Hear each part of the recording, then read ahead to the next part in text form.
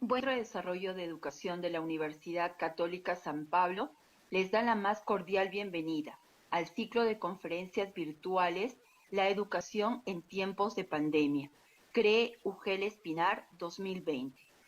Agradecemos a la Central de Recursos Educativos Especializados de Espinar, CREE, quien hace posible este gran evento, alineado a sus objetivos institucionales de contribuir con la educación de Espinar, buscando una formación integral de los estudiantes. Asimismo, agradecer a Compañía Minera Antapacay, que impulsa la educación financiando el programa CREE a través de su aporte del convenio marco. Antapacay tiene un compromiso con la educación y les hace llegar su reconocimiento por la importante labor que desempeñan ustedes, los docentes de la provincia de Espinar. Se agradece y felicita a la UGEL Espinar por su valiosa gestión en favor de la educación. Este trabajo viene dando frutos con grandes resultados en favor de los estudiantes de Espinar. Estos eventos son una muestra que cuando diferentes actores se unen por la educación, se logran grandes resultados, a pesar de vivir tiempos difíciles. Saludamos a todos los docentes de la UGEL Espinar, especialmente a la directora de la Gerencia Regional de Educación del Cusco, licenciada Ruth Báez Quispe, al director de la UGEL Espinar, magíster Yuri Rivas Gamboa, al director de la CREE, señor Mauricio Guillén Hernani, al director del Centro de Desarrollo de Educación de la Universidad Católica San Pablo, magíster Henry Tapia Portugal. En esta segunda fecha tenemos la conferencia denominada La Educación en Tiempo de Coronavirus. ¿Qué sigue después? A cargo del magíster León Trachtenberg, egresado de las carreras de Ingeniería Mecánica de la UNI, Administración de la Educación, Universidad de Lima, magíster en Administración de Empresas, Universidad del Pacífico, Premio Robert Maes, y magíster en Educación por la Universidad Hebrea de Jerusalén, Israel, cum laude. Fue docente y director general del Colegio León Pinelo en 1984 hasta el 2008 y desde el año 2012 copromotor y líder pedagógico del innovador Colegio Aleph. Es miembro del Consejo Nacional de Educación desde su creación en el año 2001 hasta el año 2020. Conferencista, columnista semanal en medios escritos y radiales y consultor desde su origen del concurso El Maestro que Deja Huella, Interbank, y de la red Innove School, Colegios Peruanos, autor de 16 libros sobre educación peruana, reconocido por diversos medios como el principal líder de opinión en educación en el Perú, con fuerte presencia en medios y redes sociales. Ostenta 4 doctorados honoris causa y las palmas magisteriales, en grado de amauta, la más alta condecoración que otorga el Ministerio de Educación del Perú en el año 2001, entre otras distinciones. Antes de iniciar la presentación, pido su atención para darles la siguiente recomendación. Al culminar la exposición del ponente, se contará con tiempo para realizar consultas. Para ello, habilitaremos la función del chat, que se encuentra en la parte inferior de la pantalla. Adelante, por favor, al magíster León Trachtenberg.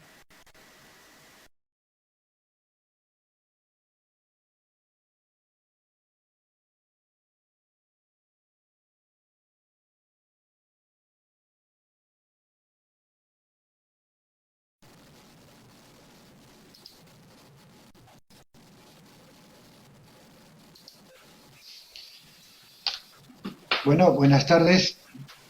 Me gustaría que confirmen si se ve bien. ¿Se ve bien? ¿Se escucha bien? ¿Se ve bien? ¿Pueden confirmar, por favor? Se ve muy bien y se escucha muy bien, doctor. Adelante. Bueno, gracias. Sí lo escuchamos. Gracias. Bueno, agradezco a las autoridades de la UGEL Espinar por la invitación, por la gestión y por supuesto a la Universidad Católica que ha hecho posible esta mediación para poder disertar para ustedes la educación en tiempo del coronavirus, preguntándonos qué estamos aprendiendo y qué sigue después, porque realmente sin haberlo previsto estamos dando un salto a las posibilidades que tiene la educación a distancia que va a caracterizar a todo el siglo XXI. A veces cuando doy estas conferencias en lugares que podrían sentirse más distantes desde el punto de vista tecnológico, de la modernidad de las grandes ciudades, hay una sensación de que las cosas modernas ocurren solamente en las grandes capitales. Pero la virtud de la educación a distancia es que en realidad no importa donde quiera que uno esté, basta que uno esté conectado a una computadora, a un celular y tenga algún acceso a Internet, que inmediatamente esté en las mismas condiciones de conexión que tendría cualquier persona en Nueva York o en París. De modo que vale la pena tomar nota de eso porque esto está creando un mundo más plano, un mundo más horizontal, un mundo donde todos somos pares, no importa dónde estamos, ni siquiera las condiciones de vida de cada persona en la medida que tenga acceso a Internet. Quisiera iniciar esta conferencia reflexionando y preguntando qué empresa moderna en el mundo hoy se mantiene en la primera línea del mercado haciendo lo mismo que hacía hace 5, 10, 20 o 100 años. No hay ni una sola, porque eso querría decir que no aprenden nada ni de la investigación, ni de la tecnología, ni del mercado, ni de la competencia que aparece día a día. Y resulta irónico que la única empresa o emprendimiento social que no ha cambiado su modelo en los últimos 150 años es la educación escolar. Pese a todas las evidencias de sus limitaciones, los alumnos que no están bien preparados, los profesores que tienen dificultad para llegar a ellos, los alumnos que en las distintas pruebas que se toman evidencian no estar en buenas condiciones en su aprendizaje, alumnos que eventualmente están en un nivel satisfactorio, pero muchos otros no. Pese a todas las evidencias, la escuela no cambia. Y quizás es bueno preguntarse si no llegó el momento de ponerse al día. Y esta conferencia pretende acompañarlos para intentar entender qué significaría ponernos al día en las posibilidades de la educación a distancia. El COVID-19 de alguna manera, con el cierre de las escuelas, ha creado el contexto para hacer esa pausa y para preguntarnos cómo cerramos brechas, cuál debe ser el rol del Ministerio de Educación, si tienen o no sentido mantener esta idea de los estándares, cuál debe ser el rol de los maestros, cómo hay que aliarse con las familias, qué pertinencia tiene el currículo tradicional y las formas de evaluación que utilizamos todavía en la escuela. Pero hay que reconocer que las resistencias son enormes. Y en el fondo, lo que da la impresión es que las autoridades están viendo la educación a distancia como una especie de parche, como una pausa, como un mientras tanto, como diciendo, esperemos a que pase la turbulencia para regresar a lo que teníamos siempre. Y si eso va a ocurrir, habremos perdido la oportunidad de avanzar, dar un salto y migrar al mundo digital. Y voy a tratar de explicar mi punto usando una analogía. Imagínense que hacen un viaje de turismo de un par de semanas a Japón, a China o a India. Sin duda es una experiencia que les va a quedar como una anécdota muy interesante para sus vidas, pero cuando retornen a su casa van a regresar a hacer exactamente lo mismo en siempre, porque es como una pausa entretenida, divertida, pero ahí quedó. Ahora imagínense que se van a vivir o trabajar por 3 años a Japón, o a China, o a India. Sin duda alguna, eso los obligaría a cambiar su manera de entender el mundo, de relacionarse con los demás, de comprender las tradiciones, la cultura, los valores, el idioma inclusive. Bueno, esa es la diferencia entre lo que podría ser una visita temporal de entretenimiento y lo que sería una asimilación estructural para siempre de lo que uno aprende cuando va a otro lugar. El mismo paralelo sirve para lo que estamos haciendo en educación a distancia. Puede ser entendida como una cosa muy temporal, mientras tanto, que yo creo que es lo que está haciendo el Ministerio de Educación en el Perú, o puede ser la oportunidad para decir, bueno, vamos a cambiar de veras, vamos a impactarnos de veras por todas las posibilidades que ofrece la educación a distancia, vamos a cerrar brechas, vamos a cambiar la manera de hacer el currículo, la evaluación, las clases, la participación de los alumnos, y entonces podremos dar un salto que podría significar haber aprovechado esta crisis para ir para adelante.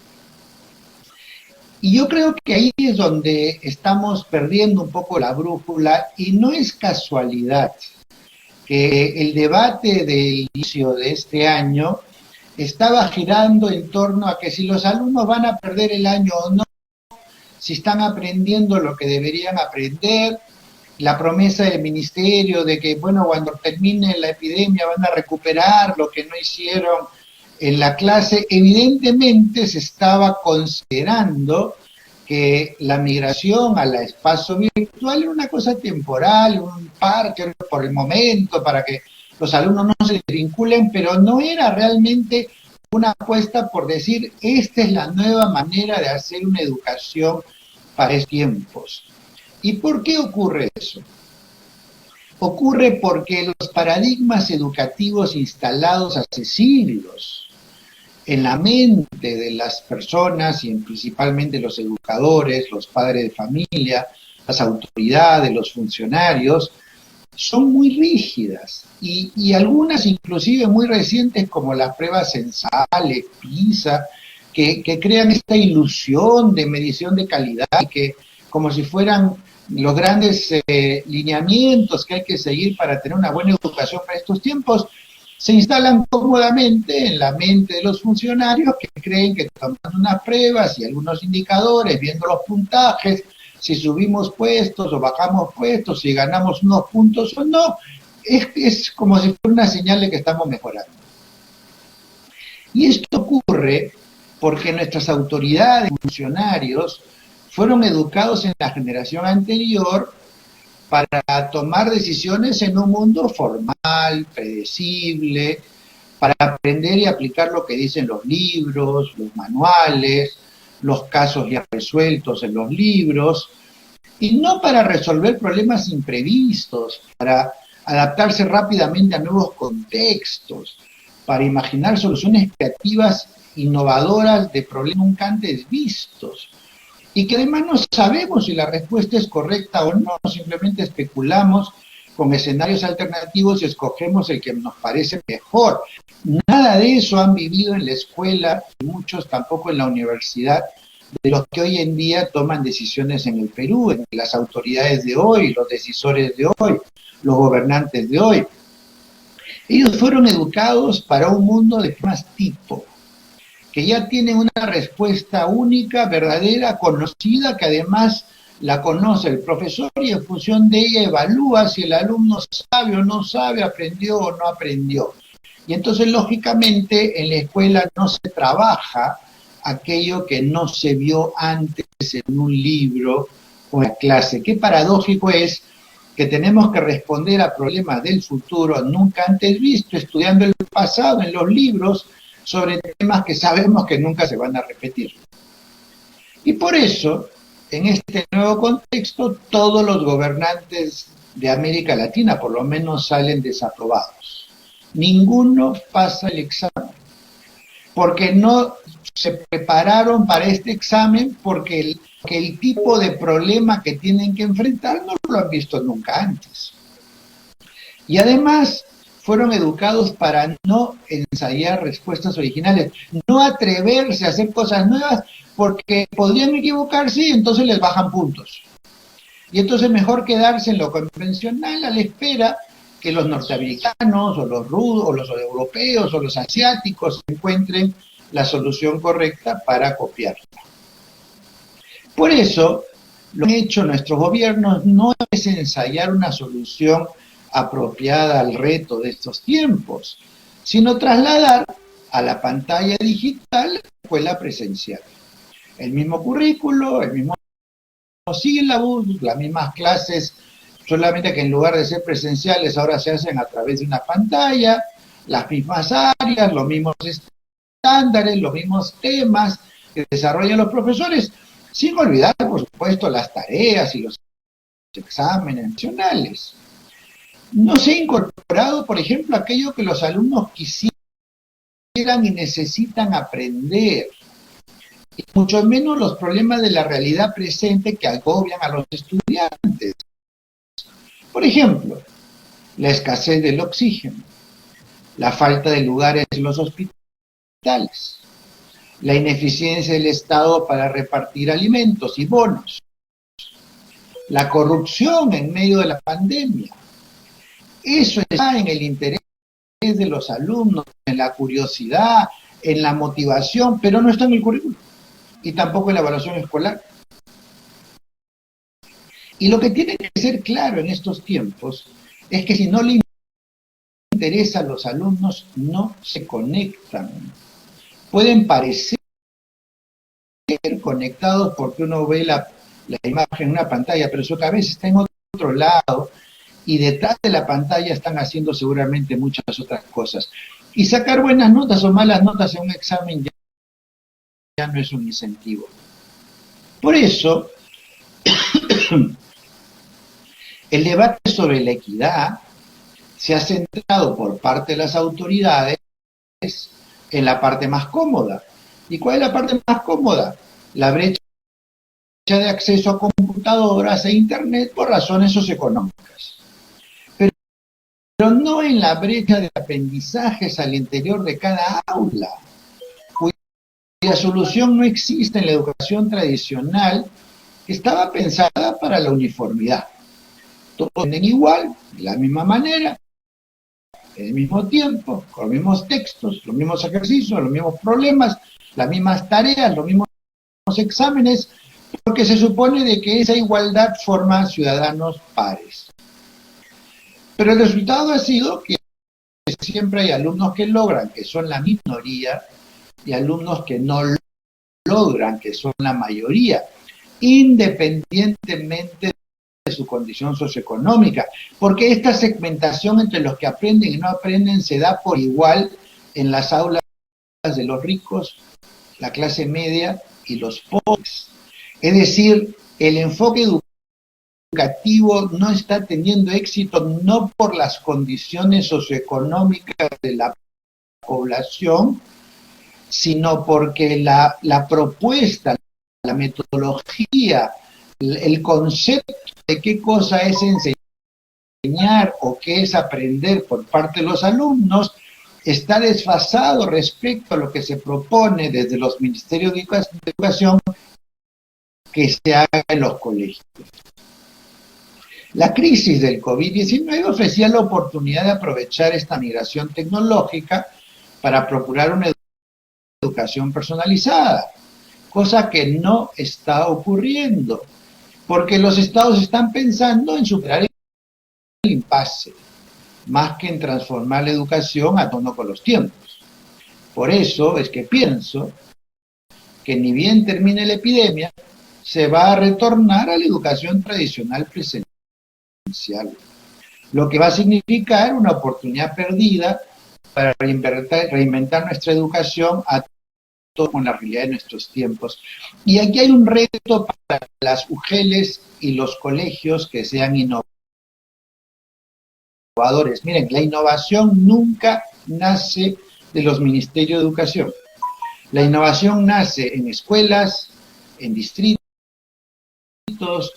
motivados por ciertas UGELes que aprenden de su experiencia y se la aportan a los demás, y es cuando se prestigian estas experiencias que recién los ministerios toman nota y tratan de incorporarlo a su quehacer y de difundirlo en todo el sector. Acá tienen ustedes un reto en la UGEL Espinar si es que realmente quieren marcar la diferencia.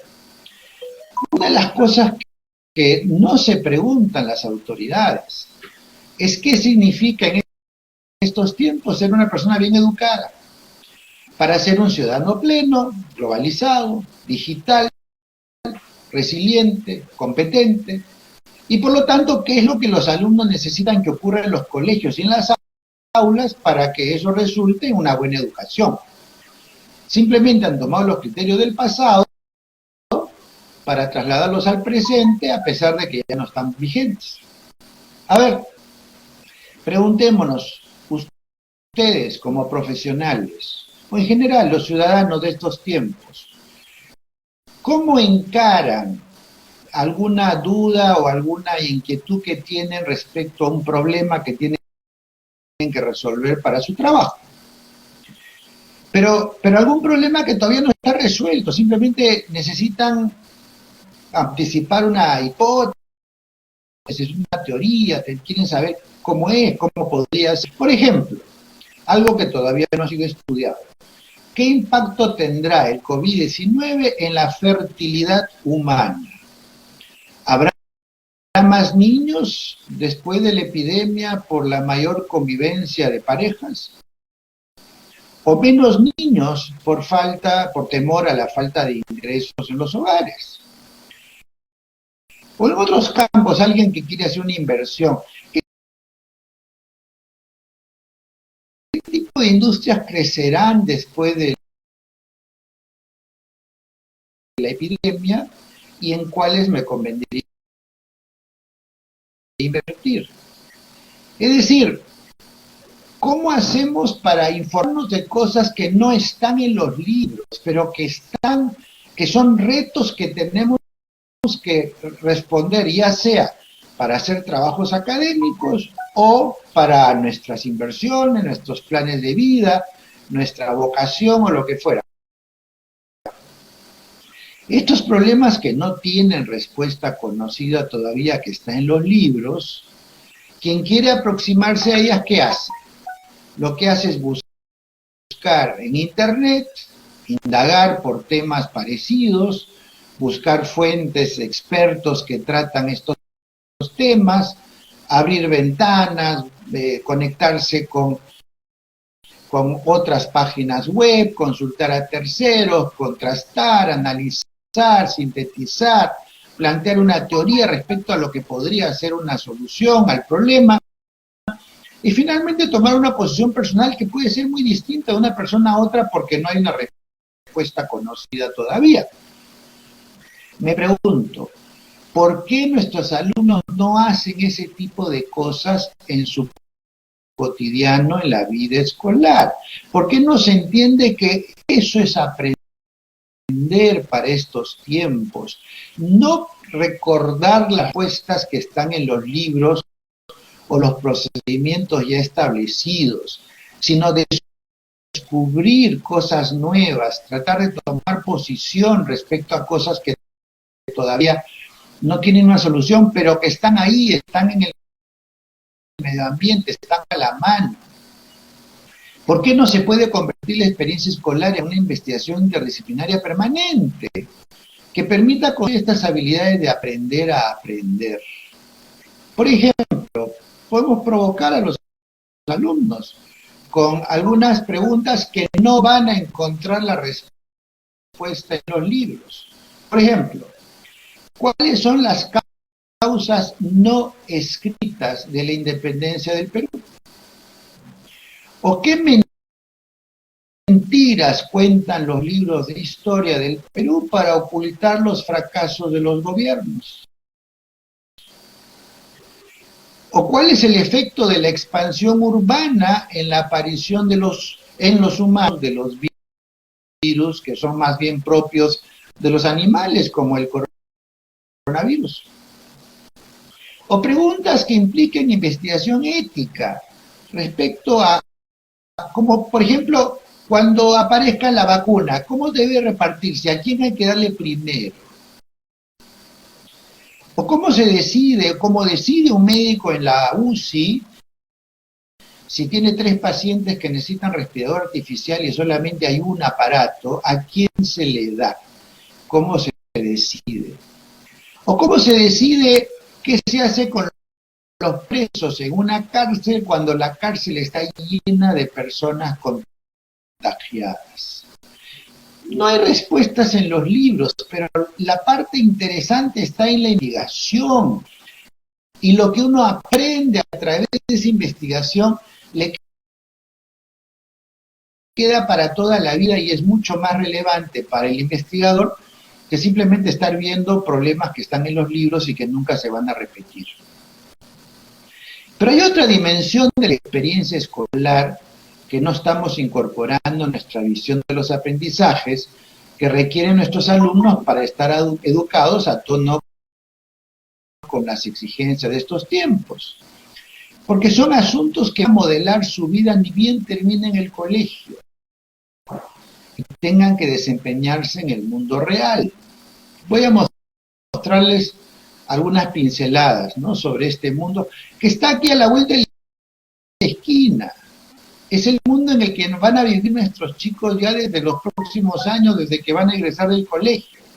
Por ejemplo, China, ya no Estados Unidos, es la mayor potencia mundial y por lo tanto va a imponer su modelo ideológico y político a los otros países. El Islam, ya no el cristianismo, es la más grande religión del mundo y está en más países en el mundo prácticamente que el cristianismo. Va a haber delivery aéreo de humanos transportados por drones. Hoy en día el delivery es solamente para objetos materiales, va a ser el medio de transporte para los humanos en lugar de los taxis. No va a haber dinero físico, todo va a ser digital. Los robots van a sustituir a los funcionarios públicos. Los médicos y genetistas van a modificar el ADN de las personas para curar o prevenir enfermedades. Se van a usar chips en vez de anteojos para ampliar los sentidos, el olfato, la vista, el oído, y también para amplificar la memoria, porque vamos a tener una especie de chip a manera de hemisferio cerebral externo digital que va a ayudarnos a aprender idiomas o a saber cualquier cosa que está en los libros simplemente con el hecho de pensarlo. Este es un mundo donde las cámaras de reconocimiento facial van a poder hipervigilar a todos los ciudadanos en cualquier momento. Y todo esto que ya existe, ya está en los laboratorios y en algunos casos ya se está experimentando en pequeña escala, es lo que mañana va a estar a gran escala y va a ser universal. ¿Por qué los alumnos en el colegio no aprenden estas cosas? Pero hay más. Hay un serio problema para saber cuál es la verdad científica de la información sobre alimentos, medicinas, farmacia. Por ejemplo, por años estuvo sosteniendo que beber 2 copas de vino al día o una cerveza es bueno para la circulación. Y un estudio publicado hoy por el New York Times lo desmiente y dice que más bien los que consumen alcohol tienen el efecto contrario y es peligroso para su sistema cardiovascular. Y lo que se encuentra además es que muchas de las investigaciones que hablan, por ejemplo, sobre el beneficio de comer huevo o no, de tomar leche o no, de tomar una u otra medicina o tomar el alcohol en este caso, lo financian las empresas interesadas en que se vendan sus productos, que a través de fundaciones auspician determinadas revistas científicas que publican lo que les interesa que se publique. En ese contexto, la pregunta es cómo saben nuestros chicos cómo se van a preparar para poder entender, descubrir cuál es la verdad científica de aquello que les interesa.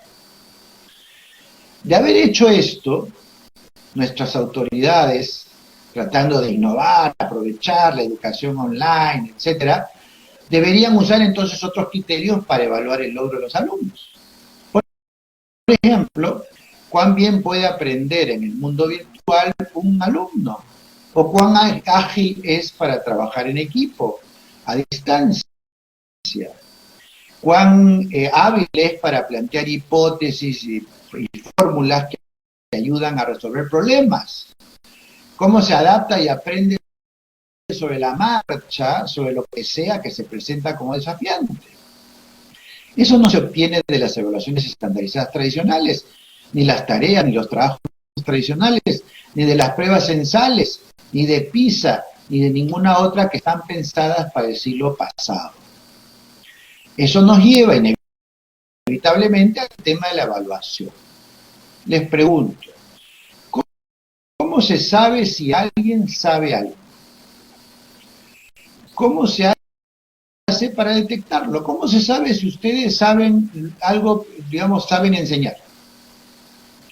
¿Cómo se sabe si un policía, un bombero, un soldador, un joyero, un abogado, un médico, realmente son competentes en su profesión y son confiables? Cuando tienen que actuar siguiendo las pautas establecidas en algún manual, en base a problemas tipo o casos ocurridos anteriormente, o es cuando tienen que enfrentar situaciones novedosas, sorpresivas, inusuales, para las que no hay respuestas previas. Y pese a ello, tienen que usar todo lo que han acumulado de conocimientos, de experiencia, de inteligencia práctica, de creatividad, de espíritu inquisidor y crítico para encontrar la vía novedosa para encarar y resolver la situación que enfrentan. Por ejemplo, cuando el bombero tiene que encarar un incendio nunca antes visto, o el policía de investigaciones que tiene que desarticular una muy mañosa banda criminal. Voy a parar acá porque me dicen que se ha congelado la imagen. ¿Me pueden hablar por audio, por favor, para saber qué pasa? No, sí está bien, señor León. Le escuchamos muy bien. ¿Sigo nomás? Sí, está bien. Está perfecto. Repito entonces, por ejemplo, cuando un bombero tiene que encarar un incendio nunca antes visto, o el policía de investigaciones tiene que desarticular una muy mañosa banda criminal, o el médico tiene que hacer una cirugía que no aparece en ningún manual, o los funcionarios que tienen que encarar epidemias que no tienen precedentes como la del COVID-19. Allí se ve quién es quién, ahí se ve si uno sabe realmente o si uno solamente es una especie de aplicador mecánico de algo que para lo cual se entrenó y lo repite cada vez que se presenta una situación parecida, un problema tipo, digamos. Sin embargo, el sistema educativo privilegia el inverso. El sistema educativo privilegia el problema tipo, el entrenamiento para preguntas que uno ya sabe cuáles son las respuestas. Yo les pregunto, amigos, ¿tiene sentido decirle al alumno, prepárate para la prueba que te voy a tomar el jueves a las 11 de la mañana, estudia en el libro los temas que te voy a indicar, el tipo de preguntas que te voy a hacer, prepárate con algunos simulacros y pruebas de años anteriores, de tal manera que estés en mejores condiciones de aprender. Dígame una cosa, al alumno que se le avisa todo eso y se le avisa qué se le va a tomar y para qué tiene que entrenarse, el día que dé la prueba, ¿realmente estamos mostrando lo que sabe? ¿O es solamente una reacción de corto plazo para resolver un impasse? ¿No sería, digamos, no tiene más sentido medir lo que el alumno sabe de manera sorpresiva? Cuando no se le avisó que va a haber examen, cuando uno entra en una clase cualquiera, hace una pregunta y ve cómo los alumnos reaccionan, contestan, aportan, comentan, etcétera. Cuando uno simplemente se suma a una discusión que están teniendo los alumnos sobre cualquier tema y va viendo cómo aporta cada uno, quién ha leído sobre el tema, quién está reflexionando, quién plantea una teoría, cómo están usando los conocimientos previos para poder encarar el problema, a dónde se detecta si el alumno realmente está preparado, sabe cosas para toda la vida. Cuando se entrenó para la prueba o cuando responde de manera inopinada, circunstancial, a cualquier reto que se le pone por delante. Y de paso, sería bueno preguntarse, ¿a quién prefieren los empleadores? ¿A un profesional que repite eficientemente la solución a problemas ya conocidos, siguiendo procedimientos estandarizados? ¿O prefieren buscar a quienes son capaces de resolver problemas nuevos, de modo creativo y original? Dicho todo esto en esta primera parte de mi conferencia, creo que es oportuno ahora sí preguntarnos entonces qué nos ha revelado esta migración temporal al mundo digital y que podemos aprender si es que queremos tomar algunas notas para el futuro.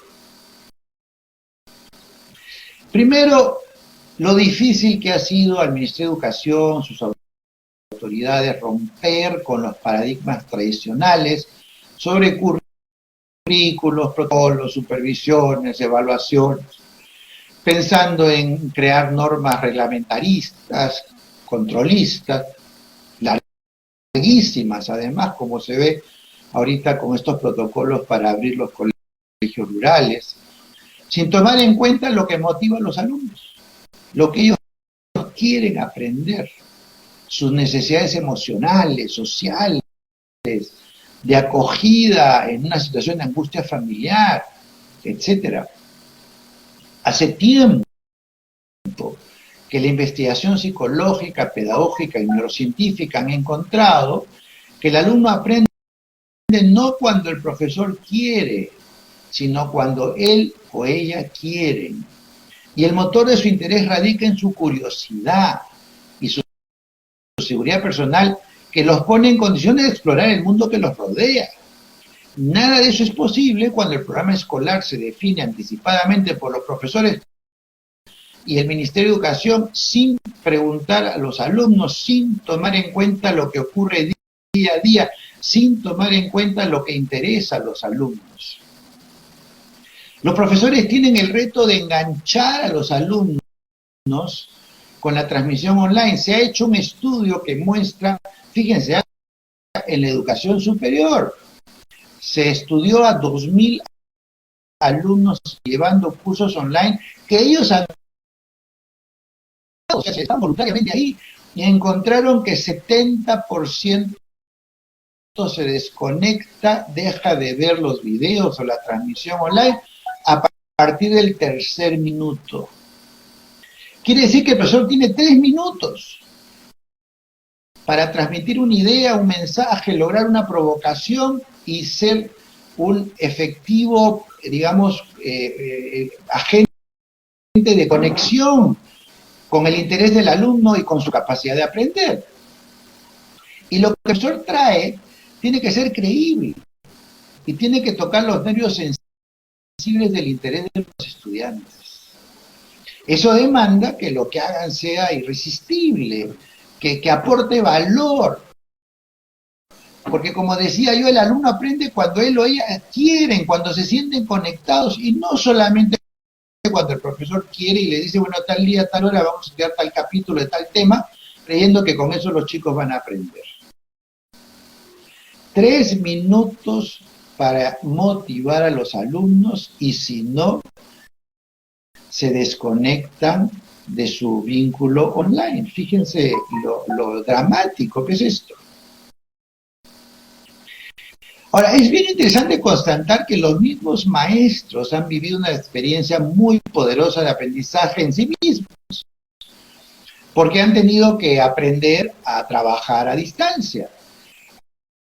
Han tenido que vencer su propia resistencia al cambio, han tenido que tolerar la frustración de no poder hacer el año escolar como habían pensado. Han tenido que hacer ensayos, errores, hasta encontrar lo que funciona. Apelar al aprendizaje cooperativo con los pares. Indagar en diversas fuentes, recursos, preguntar, comparar, innovar. Incluso poner en juego su propia identidad, porque más de uno se ha tenido que preguntar, ¿yo puedo seguir siendo maestro en un contexto como este? Y lo han hecho con el propósito de servir a los alumnos, mantener conexiones, relaciones, inclusive sin limitarse en el tiempo que le dedican. Y no lo han hecho por alcanzar una nota o un sueldo.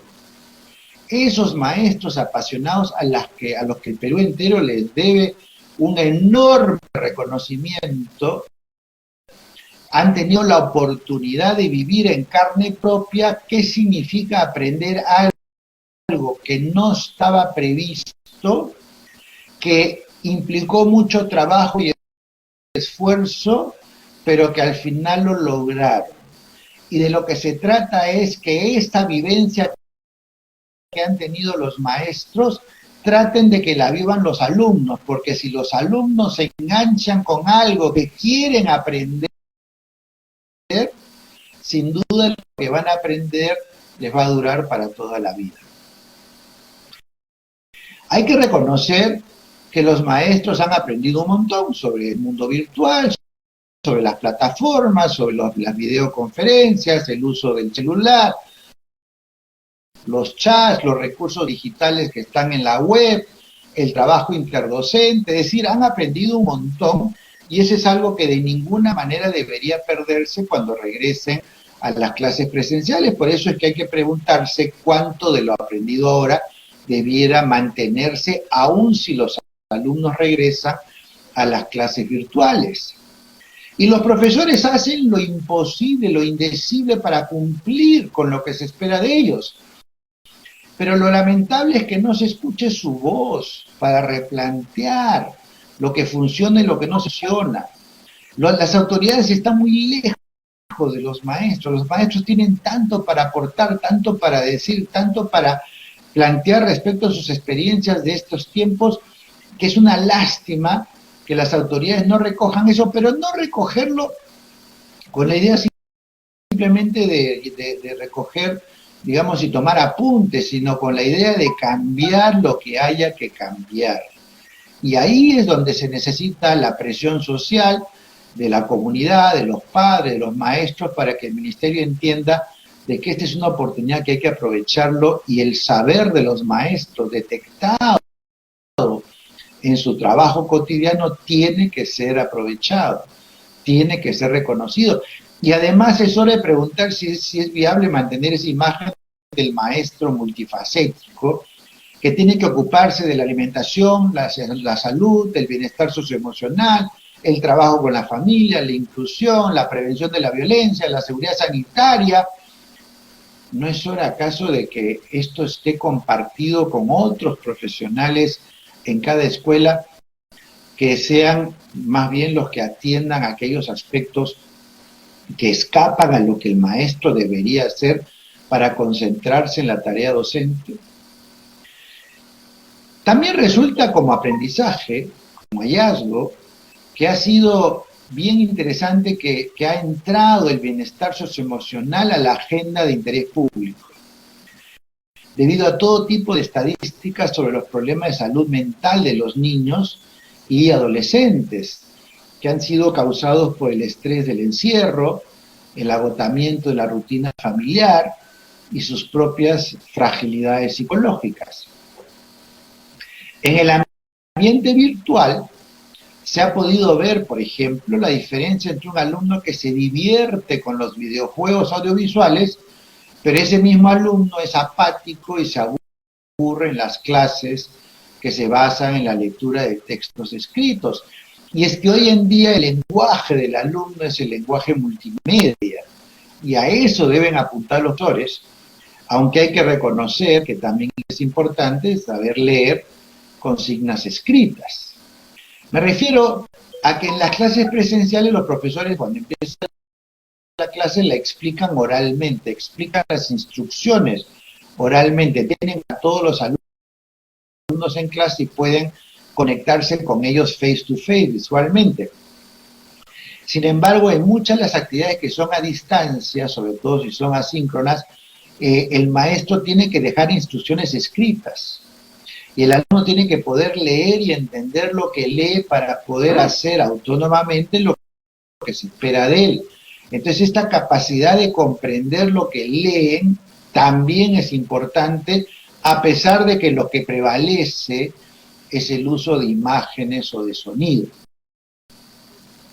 También se ha evidenciado la necesidad de revisar los contenidos virtuales para que sean utilizables por los alumnos, ya que la inmensa cantidad de recursos en la web y en YouTube no están pensados con el criterio didáctico para uso educativo, sino que están pensados como un material que está ahí para que lo use quien quiera, pero hay que traducirlo a las posibilidades que tiene el alumno de utilizarlo.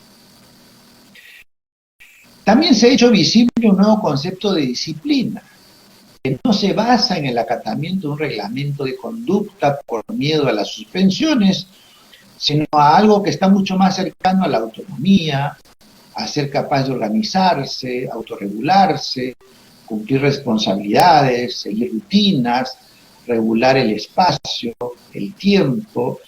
Y hay que tomar en cuenta además que esta es una época en la cual el trabajo de los padres ha hecho que se agoten más rápidamente a la hora de contener, digamos, las actitudes de indisciplina de sus hijos, y eso los ha relajado bastante más, y se requiere siempre insistir en las rutinas, en el control, en la organización, y ahí es donde se está jugando la disciplina, que en las clases presenciales obviamente tiene otro cariz.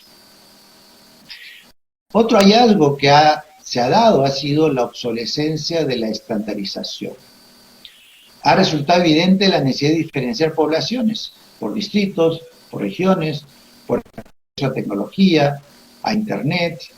Ha habido mucho más esfuerzo por entender que la talla única no sirve a nadie, porque la evaluación estandarizada, la propuesta estandarizada no reconoce justamente las diferencias que estamos viendo entre la situación de un niño, no solamente en función de su nivel socioeconómico, sino en función de dónde vive y qué acceso tiene a la tecnología y a internet. Pero igual están aprendiendo, igual están esforzándose, igual están trabajando. Entonces hay que evaluarlos en función de eso, más que pensar que con una sola prueba nacional yo evalúo los aprendizajes de todos los alumnos por igual, desconociendo todas estas diferencias. Por otro lado, el hallazgo de las virtudes y posibilidades de la educación a distancia también lleva a replantear entonces qué aporta la educación presencial, que no es sustituible por vías digitales. O sea, ¿qué cosa ofrece la escuela presencial que no se puede reemplazar por la escuela online? Por un lado, sigue siendo una guardería para que los niños y adolescentes estén varias horas al día mientras los padres están trabajando y salen de la casa y los dejan solos. Pero además es un espacio para trabajar los aspectos emocionales y sociales de los alumnos, en oportunidades para inspirarse en otros adultos que no sean los padres, o sea, los maestros, para ser guiados, orientados, animados en sus problemas personales, y además se genera una especie de igualdad de condiciones para niños que vienen de hogares distintos, porque en la escuela la procedencia del hogar pierde importancia, porque lo que juega es cómo son los chicos en ese espacio del aula escolar.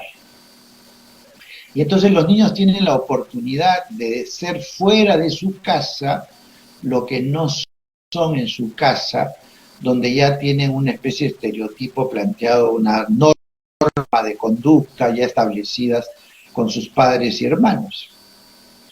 También ha ocurrido una notable revalorización mutua entre profesores y padres, que han aquilatado mejor cada uno la importancia del otro, como coeducador, ¿no es cierto?, de los estudiantes, con enfoques mucho más contextualizados a la realidad de cada uno.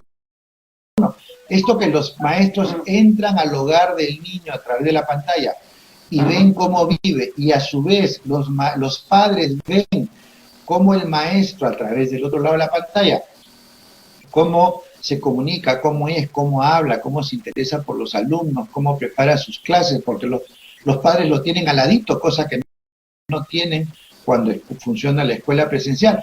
Ha hecho que también los padres valoren más a los maestros, valoren más el trabajo que están haciendo y les reconozcan, por supuesto, sus méritos con justa razón. Pero también esta temporada ha hecho visible el creciente temor de los padres por el futuro de sus hijos. Miren, cuando una empresa tiene que reducir su tamaño y tiene que despedir gente, ¿a quiénes despide y a quiénes retiene?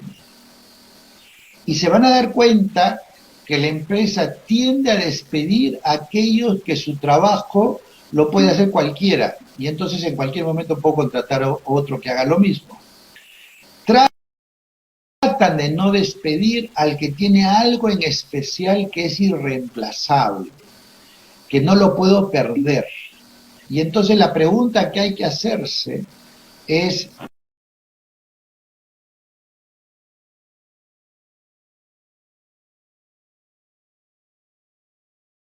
¿cómo hago que mi hijo tenga esas cualidades, ese valor agregado que hace que aún en situación de estrechez las empresas quieran contratarlo, quieran retenerlo, no quieran despedirlo?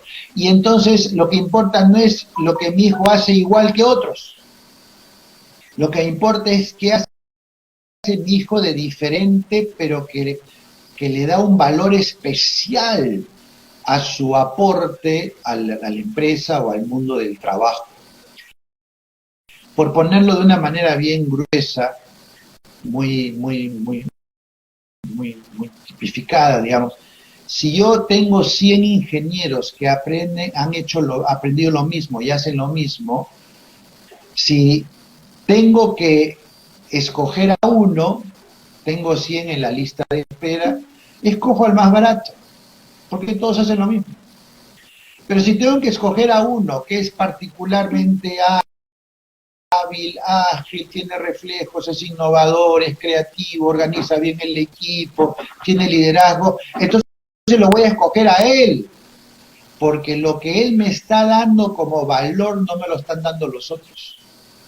A eso me refiero cuando digo que cada niño tiene que perfilar cuáles son aquellos aspectos donde su valor se destaca, donde valor se pronuncia. Amigos, ya para ir terminando, la epidemia del COVID-19 ha creado las condiciones para replantear todo lo que significa la educación escolar, qué significa aprender para estos tiempos, considerando el sentido, la finalidad y el propósito de lo que es una persona bien educada para estos tiempos, que no es la misma del siglo pasado. No es esa persona que se forma centrada en la rutina, la mecanización, la memorización, la estandarización del sistema tradicional.